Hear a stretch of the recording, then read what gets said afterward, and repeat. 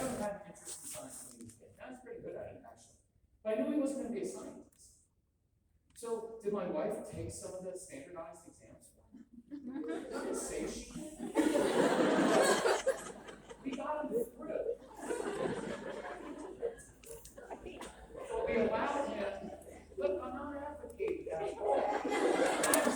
I'm just saying, look, there are kids, and this is not homeschooling too. There are some kids, when I talk to the parents, your son may never, ever, ever do much of his work. He's going to do the minimal work just to get by, just to get the grades, to get through high school, and then he's going to take a gap year or two and get out there and find the work world's not that awesome if you don't have an education. And he's going to meet someone, and something's going to spark, and then he's going to have a reason to go to college. How many of you could have a child who literally did nothing their entire childhood, but when they got motivated when they were 19 to go to college and were smart enough, they could go through with honors and fun? Did it? Did you do that yourself? You were that child. So, look, I'm not advocating, I'm saying for some of you, no matter what you do of all of these things, they may just not get into it. But if you follow their curiosity and you're willing, what we had to say about Casey was, we fought and we've tried. And we're both, my wife and I are both very highly disciplined people, we're educated, all those things. It just wasn't there. But what we watched was, when he's out working in the real world from age 12, reffing ice hockey games, the kid's phenomenal. When he's out helping other people, he's smart. When he wants to argue with us, he's really smart. He's a good thinker. And so what we had to say was, we believe he'll figure it out. But we're feeding that curiosity. Is he doing it the way all the other kids are doing it? Mm-hmm. And there's a certain amount of faith there that a lot of our parents had in us. But most of us that grew up, my parents didn't know much about us. We had 4 kids, we were outside all the time. We didn't talk to our parents. They didn't say, like, did you have a good day today? I talked to them. My mom just passed last Sunday night. She was a lot of, she was ready to go. She was a bad woman. She was an awesome woman. She was ready to go, and she knew it. She left on her terms. It was an awesome thing to watch. Very sad, tragic. That's not tragic. It was beautiful and haunting, sad as well. But my mom never asked. I would always ask her, she's like, no, you guys just did your stuff, and we just knew you were going to grow up and you were going to be okay. But we're so involved with our kids, we see everything. We're like, oh, they're not doing that right, they're not doing that right. I want you to do these things, but I also want you to have the liberty to know some of you have a child who's just different and on a different path. And if you will follow that path with them, you will see it open up, and it'll just make you really uncomfortable. It is. That's your discomfort. Because regularly kids do everything that they're expected to do because you're like, okay, this stuff. How many of you have like a 7-year-old? You already know they're going to go to college and be fine. You already know that because that's who they are. They don't even need you to homeschool.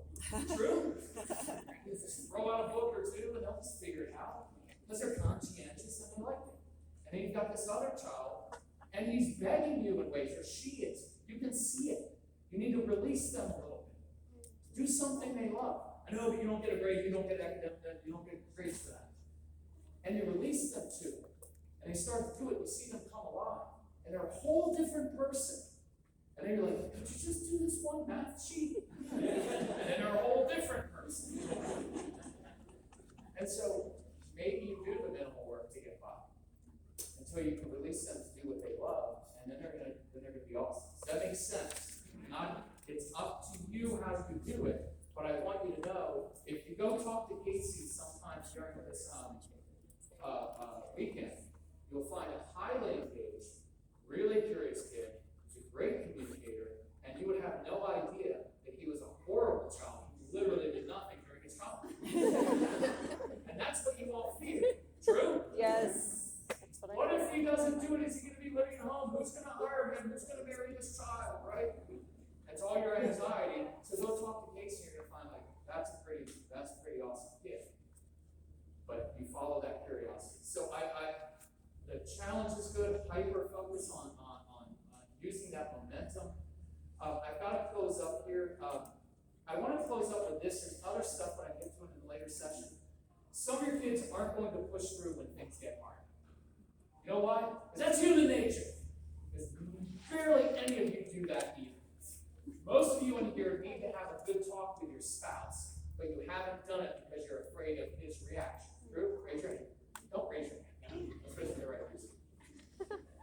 Why? Because that's a hard discussion. Some of you have to have a hard discussion with your own parents. Say, stop being controlling.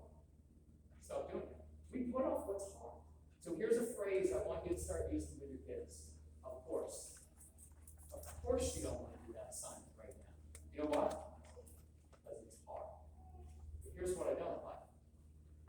We'll use some tools, put some tablet on, blackout, put some music on, we'll get outside, I'll give you some tools to jumpstart that brain. And you know what's going to happen? It's going to be really hard. And right at the moment you want to give up is the moment you get the breakthrough. That's Joel Osteen. And I'm just kidding.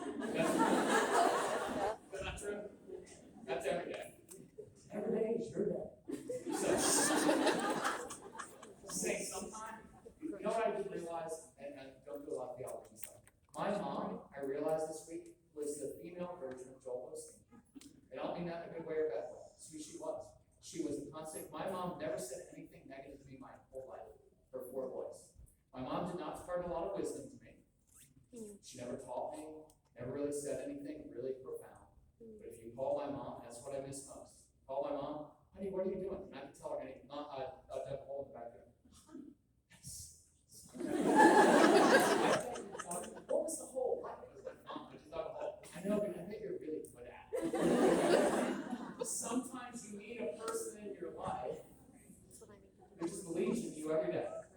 And that's probably what Joel Osteen's role is. Every day is a day for a breakthrough. You don't even have to work for it. It's going to come if you're highly paid. So, if you're getting triggered, that's your issue. Is it not?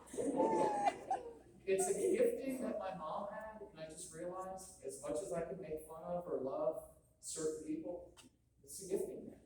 And so I take advantage of that gifting from that person.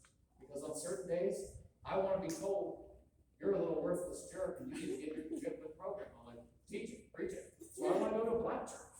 Don't mess around. True. We do. Well, I started going with the kids I work with. When I come to church with you. They're like, yeah, it ain't no white church. It's pretty loud there. So when I go, that preacher hammer, I'm like, bring it, because I want to change. Then when I'm having a bad day, read a little thing that says, you're special. Now that my mom's gone, I've got Joel. And her God is a good talk. So, as you get older, you realize you become a little bit more patient and see the broader picture a little bit more. Because when I'm younger, I knew what it was, and this guy's not right, and that guy's not right. And your theology is such that really what I've determined when I was younger is I'm the only one in the world that has the right theology. How many of you think that?